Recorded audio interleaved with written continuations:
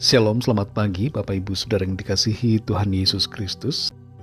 Sebelum kita mendengarkan kebenaran firman Tuhan, mari kita berdoa.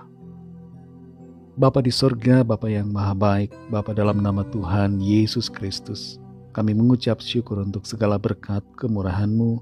Tuhan sudah memimpin kami, menyertai kami sampai hari ini. Kembali kami ada karena anugerah-Mu dan karena rencana-Mu yang baik buat setiap kami. Saat ini kami mau mendengar kebenaran firman-Mu. Urapi kami Roh Kudus supaya kami mengerti dan mentaati akan setiap kehendak-Mu. Dalam nama Tuhan Yesus kami berdoa. Haleluya. Amin. Saudara yang dikasihi Tuhan, ayat firman Tuhan saat ini terdapat dalam kitab Amsal pasal 22 ayat yang ke-9. Tertulis demikian. Orang yang baik hati akan diberkati, karena ia membagi rezekinya dengan si miskin. Dalam terjemahan lain dikatakan, orang yang baik hati diberkati Tuhan, karena ia membagi rezeki dengan orang yang berkekurangan. Saudara yang dikasihi Tuhan, Winston Churchill pernah mengatakan, "We make a living by what we get. We make a life by what we give." Terjemahannya kurang lebih seperti ini. Kita memenuhi keperluan dengan apa yang kita dapatkan. Kita membangun kehidupan dengan apa yang kita berikan. Secara matematis, kalau kita memberi, maka ada sesuatu yang berkurang dari kita. Tapi dalam prinsip ilahi, memberi berarti menambah sesuatu dalam hidup kita. Rumus dunia dengan rumus sorga berbeda soal berkat. Kalau menurut dunia, untuk menambah maka harus mengumpulkan, maka rumus sorga terbalik, yaitu memberi. Memberi tidak akan mengurangi berkat, justru malah menambahi berkat bagi sang pemberi.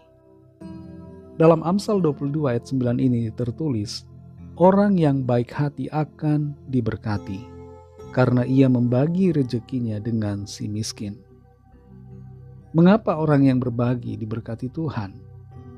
Ada hubungan sebab akibat antara memberi dengan diberkati. Orang yang baik hati di sini berbagi rezekinya dengan si miskin.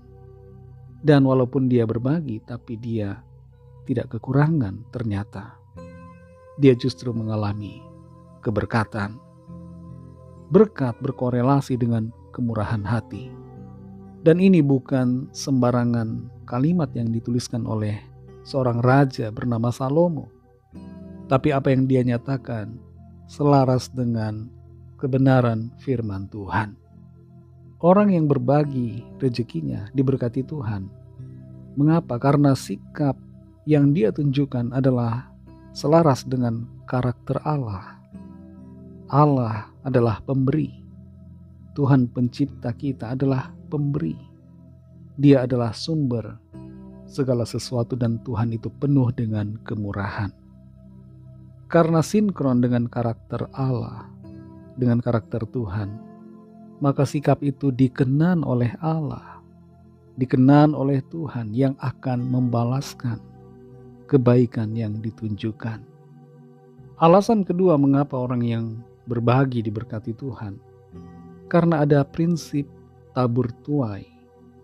Dalam 2 Korintus 9 ayat 6, di situ tertulis, orang yang menabur sedikit akan menuai sedikit juga, dan orang yang menabur banyak akan menuai banyak juga. Orang yang berbagi sebenarnya sedang menabur benih, dan benih itu akan berakar, kemudian bertumbuh, dan membawa keberkatan sesuai dengan janji Tuhan. Dan alasan yang ketiga mengapa orang yang berbagi itu diberkati, karena firman Tuhan yang menjamin bahwa kemurahan hati itu akan dibalaskan oleh Tuhan. Tuhan sebagai penjamin tidak akan melalaikan apa yang Dia firmankan. Saudara yang dikasihi Tuhan, berkat dari Tuhan adalah anugerah yang Tuhan berikan kepada kita untuk memuliakan Dia dengan sikap kebaikan kita. Ketika kita memberi, maka kita mengakui bahwa Tuhan adalah sumber dari segalanya dalam hidup kita. Dan karena itu kita tidak takut kekurangan, sebab Tuhan yang Maha Melihat akan membalaskan setiap kebaikan kita. Roh Kudus akan menolong saudara dan saya untuk lebih lagi mengerti akan kebenaran firman Tuhan dan dapat melakukannya dalam kehidupan kita. Mari kita berdoa. Terima kasih Tuhan Yesus, kami mengucap syukur untuk berkat firman-Mu yang sudah kami dengar. Kembali firman-Mu mengingatkan kami untuk kami memiliki sikap hati yang memberi sebagai wujud dari kasih-Mu dalam hidup kami dan wujud kasih kami kepada orang-orang di sekitar kami. Terima kasih untuk firman-Mu. Mampukan kami Tuhan untuk mengerjakannya dalam keseharian kami. Berikan kami hikmat ya Tuhan untuk bertindak seturut dengan pimpinan-Mu. Berkati kami di sepanjang hari ini dalam segala tugas aktivitas kami. Dalam pekerjaan, dalam studi, dalam pelayanan, dalam usaha, dalam segala hal. Kiranya Tuhan menolong kami, menjadikan kami berhasil dan berkemenangan. Kami berdoa bagi yang sakit dan yang sedang dalam persoalan. Lawatlah ya Tuhan, nyatakan kuasa kesembuhan, kelepasan, pemulihan, dan pertolongan-Mu yang ajaib bagi setiap kami. Kami serahkan semua ke dalam tangan kasih-Mu. Dalam nama Tuhan Yesus Kristus, kami sudah berdoa. Haleluya. Amin.